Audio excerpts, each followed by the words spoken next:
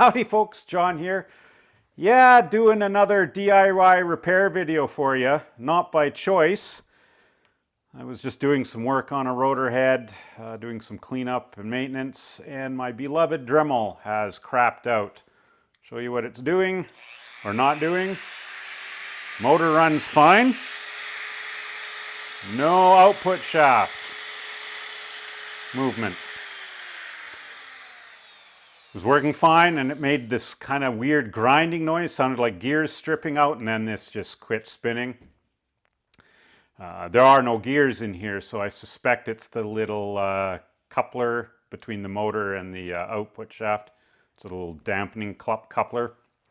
So if you've got a Dremel that has one of those things, this specific one is a 395, but this will apply to other models as well. We're going to get into this thing and hopefully repair it real quick.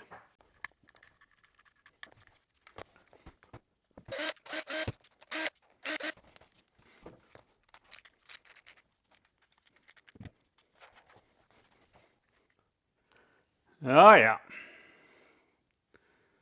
that's exactly what's happened.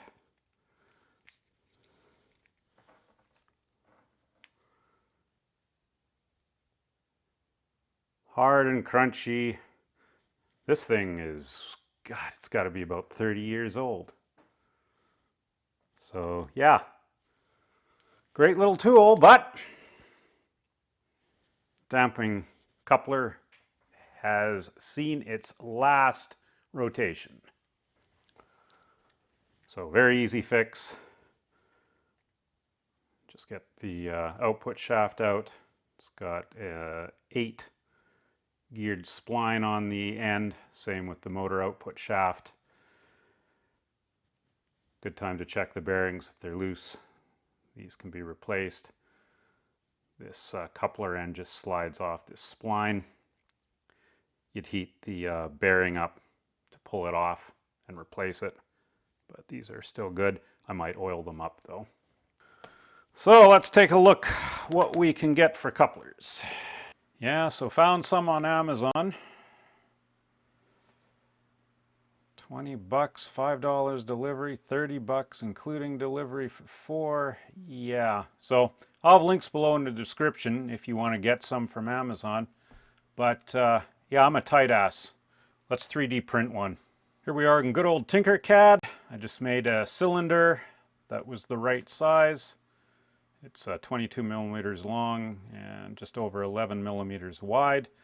And then I found the gear, sized it off of the measurements I needed. Let's make this gear a hole.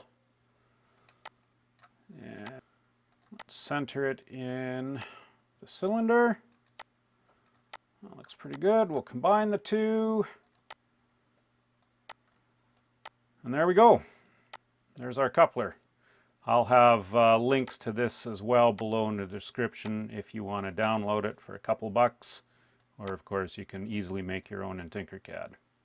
So this little part only uses about 1 gram of filament. I'm using 0.2 layer height and 2 millimeter wall thickness, which will give you a 100% infill and a nice strong little coupler. And also using a brim because it is a pretty small part. Oh yeah, kind of important. This part's made out of TPU because you do want it to dampen the vibration. So as you can see, it's a little bit squishy. Before putting the new coupler in, just going to clean out the unit here. Oh, look at all that stuff blowing out.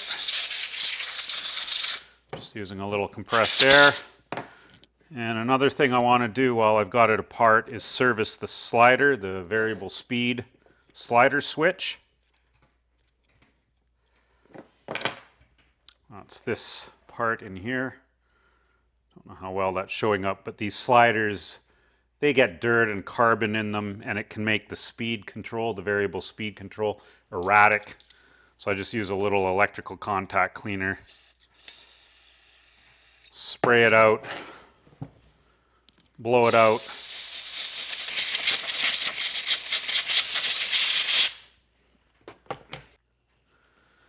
Okay, so I'll just pull this out a little bit so we can fit the I made these quite snug, and depending on your printer, you may have to scale it by, 0.1 or 0.2%.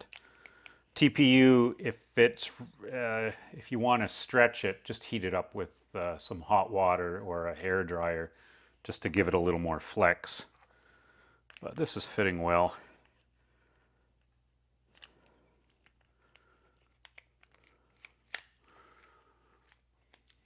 There we go.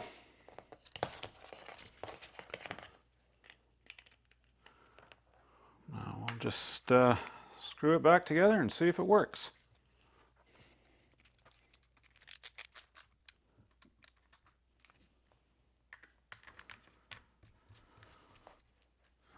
Okay.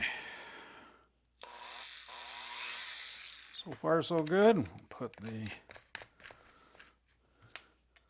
end on, fire a brush in there, let's see what happens.